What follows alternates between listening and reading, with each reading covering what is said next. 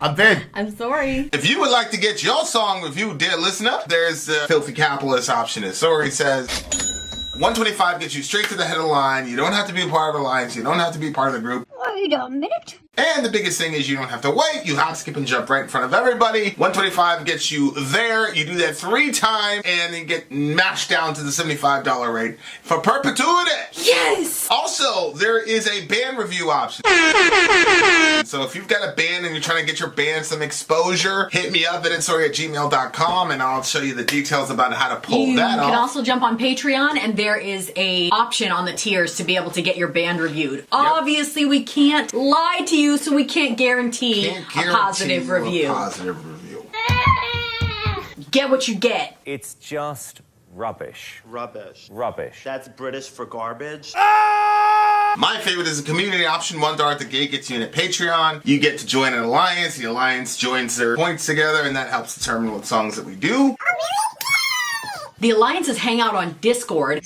Message me on Patreon to get the link. And they do all kinds of other cool things. They do Minecraft, Dungeons and Dragons. Yeah.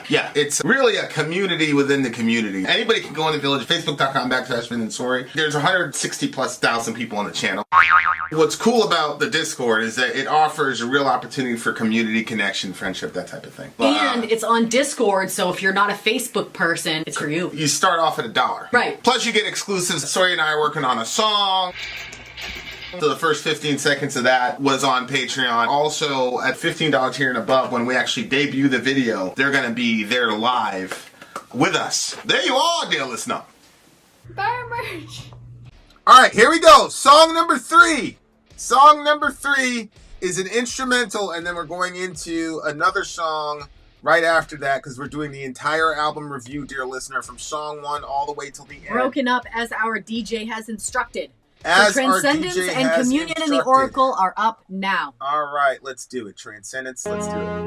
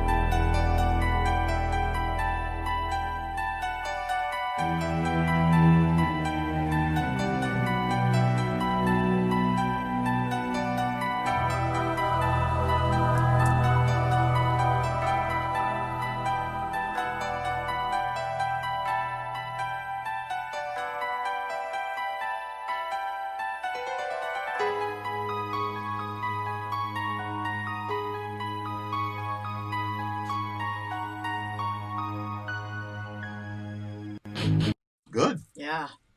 Wow. You got that from ChatGPT? Yeah. I did. That sounded like, like in the early 90s when they wanted shit to be like really dramatic in the, what do you call it? Like at certain moments of the movie or the show, they would play that. Like if you listen to the Left Behind, the book series, the background sound, that they play that like right before every chapter ends, and it's almost that exact key. Like really? Oh yeah, it sounds like real serious shit is happening right now, guys. Real serious shit is happening. Okay, so now this looks to me like the communion and the oracle. So the oracle is I'm pretty sure it's almost an exclusively female sort of psychic, like literally we had a character named the Oracle in the Matrix. Yeah, exactly. Right? Yeah. And so like that's kind of the motif. It's the older, wiser type of person, and it's this feminine woman who's been able to plumb the mysteries of the universe, basically. Yep. So it's communion and the oracle. So it looks like this girl is being introduced into this story. So right now what we've got a sort of a Paradise Lost type situation where the devil's talking, and there's a specific person that the devil's got, and they're looking in the mirrors or whatever. And now we've got this oracle. All we know has now come undone, balance lost between the moon and the sun. So this song, to me, is about the world being out of balance and how to get back to that. Yeah, Delphi, for example. The Oracle of Delphi is the big famous one about the oracle. She would do some barbiturates, get herself in an altered state of consciousness. You pay some money, and then she would become the voice box of the gods as they would tell you what to do with the future or whatever. I loved the first little chunk of lyrics there. All we know now has come undone, because I think part of one of the things that I'm like personally working on, and that I'm also working on with my kids, is the concept of wisdom. Because sometimes, like myself included, like we just kids and we do things sometimes that are just, you want to categorize it as just stupid, but you did know better, but you just didn't do better. And so like I'm bringing out the concept of wisdom to them all the time. So wisdom has like this sort of, it's not accusatory, like that was dumb when you say that, like instead it's like, okay, like you understood, because most times people know, yeah, I kind of thought I shouldn't have done that, but I decided to do this thing instead. And we do that for mostly selfish reasons. And so this concept of like wisdom, and how the scripture in Proverbs personifies her as a woman, which I love, and a lot of evangelical men hate. But she's strong and she's powerful, and she's there from the inception of the world, and everything in the Bible is purposeful. And so her being personified, or wisdom being personified as a woman, is just unbelievable to me. But anyway, so you have this sort of like everything is out of balance, and it's like the know-how, but we need the wisdom of how can we balance this thing back out. And so when he says balance lost between the moon and the sun, you get the picture of like light and darkness, like it's off. And then it says, hear our prayers, keepers of the skies divine. I just loved that because, my word, it makes me a little emotional. First of all, I love the concept of anything when you're kind of like mixing like the atmosphere in with the prayer. So when he's saying, hear our prayers, keepers of the skies divine. So it's like, not like, they're not speaking to the skies. They're saying whoever keeps the skies, because the skies are magnificent. Like there's got to be a keeper to these skies, and whoever it is, that's the one we're trying to talk to. And then it says, upon us all, let your wisdom shine. So I just liked it because that's like in James, it talks about that you should ask for wisdom, and that God basically, who gives to all people like without holding back from them, is going to give you the wisdom that you're asking for. So to get smarter, like you have to read books and you have to study and stuff, but to get wiser, yeah, you have to talk to God, and obviously learning more things is going to increase that wisdom. But yeah, I just loved it, and I love the concept of wisdom. I love teaching my kids about wisdom. I like how it takes the pressure off of, how bad somebody is, and instead says, okay, there's a place that we can go to. So when that whole beginning started, like I felt a little bit emotional, I felt a bit spiritual. I liked it. Interesting. I'm watching this conversation between Jet and Middle. Mm-hmm. Jet says, she said, adults don't know what's going on even if they pretend to. Middle goes, we know, Jet. You just don't know that we know. SubhanAllah. Jet says, I know that you know that you know Middle Earth. I know that you know that I know that you know Middle Earth. Oh, man. One of the greatest. Okay, all we know now has come undone. Balance lost between the moon and the sun. Okay, we went there. Losing faith as the madness prevails in all of us. We are searching for a reason. A need to calm the storm in our sails. Let your winds be strong. So I feel like that this album is talking about obviously something bigger than just like one person, but it also mirrors like yourself. And I think it like a ways back, somebody was actually commented on the album cover, which I actually didn't get a chance to pin that, but they were saying maybe it's more about, you know, like the never satisfied. So the one that's in the desert longs to be in the water, and the one that's in the water longs for the desert. So it's the never satisfied, you know, gratefulness is far from us sort of. Yeah. It looks like in the world of this guy, because in the previous song, it says, tonight darkness will shadow the light, paradise denied, the balance of ages forever lost in time. So the imbalance that happens seems to be a very big theme in this album, is the lack of balance. And it looks like in the mind of this guy that a lot of the root of a lot of the problems that we have is that things are out of balance. Yeah.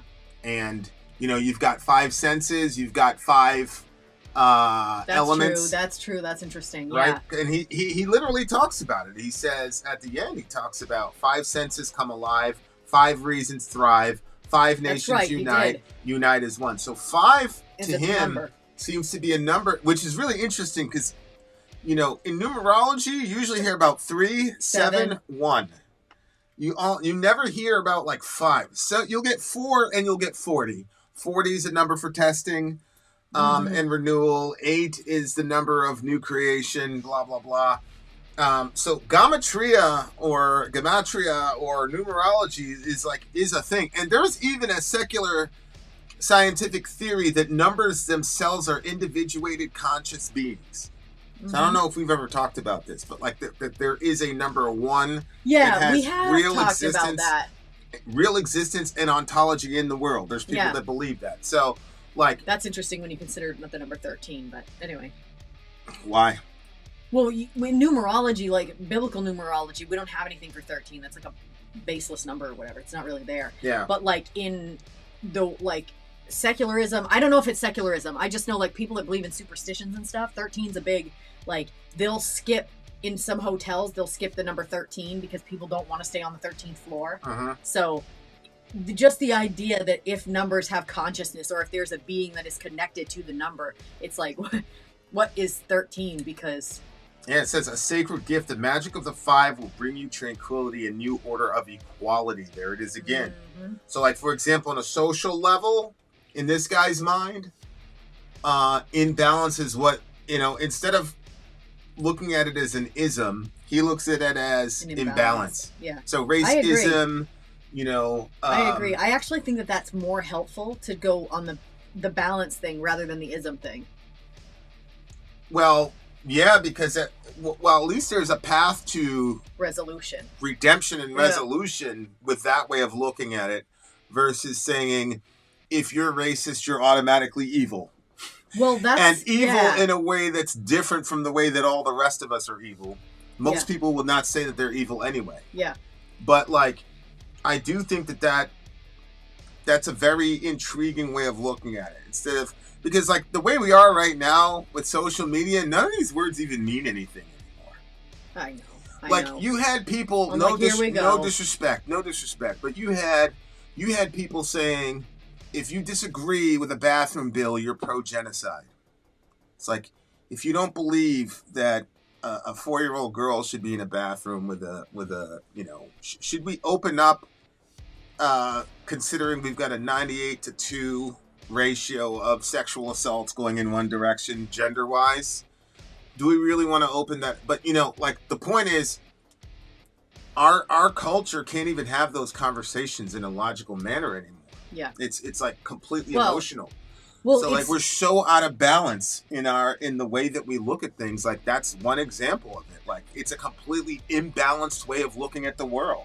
Like in my opinion, like all sides of that topic are like it, because like the demonization of your standard trans person, I think, is an imbalanced way to look at the situation, because most trans people are not like that. On the same scale, the unwillingness to actually listen to the people who are concerned, who are saying, I am not saying I believe trans people or horrible people are going to do this. What I'm saying, though, is that if you open up the door for biological men to have access to those places, it's going to get bad.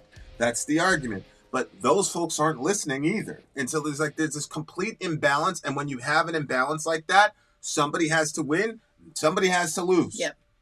Yep. Right? You create a zero-sum game when you have an imbalance like this. And like some people call it compromise. You know, it maybe compromise will come up in this album, but I do think like the concept that a lot of our ills are based on an imbalance on a given thing, or a hyper focus on one thing to the detriment of another thing. Mm-hmm. Like there's so many, like for example, the balance between individualism and collectivism. People on the left are generally inclined to be collectivists and say, hey, community is important, yada, yada, yada. People on the right are more inclined to say personal responsibility, free thought. It's about the individual. What the problem that happens on the left is that they don't understand that just because you come from a group does not mean that you believe every single thing in that group. Yeah. Simultaneous to that, on the right side, it's the same idea, and nobody's thinking about how do we find ways to keep all these things in tension. Like there's some concepts that cannot be kept in tension, like for example, slavery. It's not like you can find some third way to make slavery work for everybody, where everybody's going to be happy with slavery, right? But aside from that, like individualism and collectivism, for example, our right-wing friends will say, oh, it's about the individual, blah, blah, blah. It's about individualism. But then they were mad at Colin Kaepernick because he wouldn't pledge to the flag. Yeah. That's like, what they didn't understand was that they were angry at him for not participating in a collectivist ritual. But they were saying, hey, this is about the individual. So they should have been celebrating Colin Kaepernick and saying, hey, he as an individual doesn't like the collective idea of pledging to a flag of a country that he feels is oppressive. Like that is peak Americanism on 11. But why wasn't he received that way by the people on the right? It's because the people on the right don't understand that they are also collectivists, but they are collectivists with a view toward the individual. And people on the left don't understand that they're individualists, okay? Like that's why, Hassan, for example, in his early years, he spoke so much against capitalism and blah, blah, blah, blah, blah, blah. Now he's a millionaire. And so now he has to deal with the dissonance of like, I made millions speaking against capitalism, right? And so, and the reason that they have these cognitive dissonances is because they don't understand that they have to balance those things within themselves. What they're saying is, oh, the right-wing people are all individualists, so I'm going to talk like I'm a hyper-collectivist. But like in my day-to-day practical life, I'm paying a lot of virtue to the individual thing because it's my money, blah blah blah blah. And so it's the same thing happens with like there's religious concepts of stuff happening like that. Well, even the secular world, it's my body, my choice. Okay, the people that were saying my body, my choice during COVID were not saying that. And so, like, I'm just pointing out just imbalances. We're imbalanced, and because we don't recognize within ourselves what we're accusing other people of, that's where you get now. You've got these political parties, and they're at each other's throat, and now you've got social media, where you can find spaces of people that agree 100% with every major ideology that you have that will never contradict you. Yep. And then, I was watching Pearly. She brought in some guy and she was saying, how could you justify marrying a whore or whatever? And the guy gave the most Christ-like, gentle response ever. And she began to interrupt him because she didn't you know, and then she just dropped him. She just hung up on him, which, you know, it's your show, fine. But again, that leads to this imbalance that we're talking about. To now, like I said to you, like offline, like, I don't know if like having a mental malady is a prerequisite for being a 100,000 sub person. Like I keep in mind we have 2,000, almost 200,000 people. Yeah, on we're the channel. right, and there's two of us, and like, Yeah. I mean, I've been hospitalized for my mental maladies. Like, you know, I've been pretty open about that. So like, it's really interesting because now we're at a place where it's like we're not considering that the people who are thought leading us are crazy. Like that's what's happening. Is like all these thought leaders are now like they're that Destiny guy. Like that guy's fun. He's weird, man. Like his girl was like kissing on all these different types of people. Like no disrespect to him, it's just like weird. Like they all like none of us are On the show? Yeah, like I said, I've been hearing about this guy since the beginning because apparently he's a big debate guy or whatever. People perceive me as a debate guy, but my point is like the imbalance in things is a very unique way of looking at these are why we have problems, right? Like you could put this concept in anything like economics, capitalism, right? Like both sides are imbalanced, and I'm not making a moral equivalency about it because I think capitalists have more of a capacity for harming the world than socialists do because of the nature of the ideology. It's just a very interesting way of diagnosing our social issues is things being out of balance. Yeah. I like the out of balance thing because I think like for people it's easier to like point out somebody else's problems than it is to see where you have your problems too. And so I feel like when you look at the balance thing, it's like, okay, you could look at we can look at, you know, what happened in slavery at the beginning of this country and say, wow, that was really talking, ripping families apart, raping people, like this was horrible. Like I think almost, you know, all of us, with the exception of some crazies, would probably look at that and say that is objectively bad. But then we have people we have a private prison system, and people are making money off of these people in the prison system. Right. And, you know, like, I'm not as good at research as Vinny is. I still need you to kind of, like, go over a class with me to help me to realize, like, how do you know what's not true and what is true? But, like, I know that some states, they're charging the inmates $50 a day for the time that you're there. So when you leave, you're in debt to that prison system. It's like, okay, what's happening here? And then you had, was it Kamala Harris? They were trying to let those people out of jail, and she kept them in there because they were making money. So there is, slavery comes in different ways. I mean, well, it's of course there's like the egregious forms, but there are lesser forms that are still evil. The way that we work people and give them so little pay that they can hardly, that they're living paycheck to paycheck, and there's not a whole lot for them to have fun. Like people have to stop and consider, like, can we go out to eat?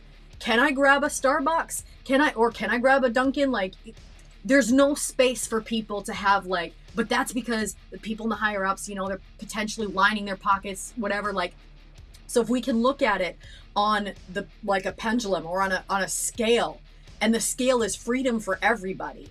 And how can we, you know, like, we don't want to create a system where everybody's lazy and just like not like, because you don't thrive in that environment either.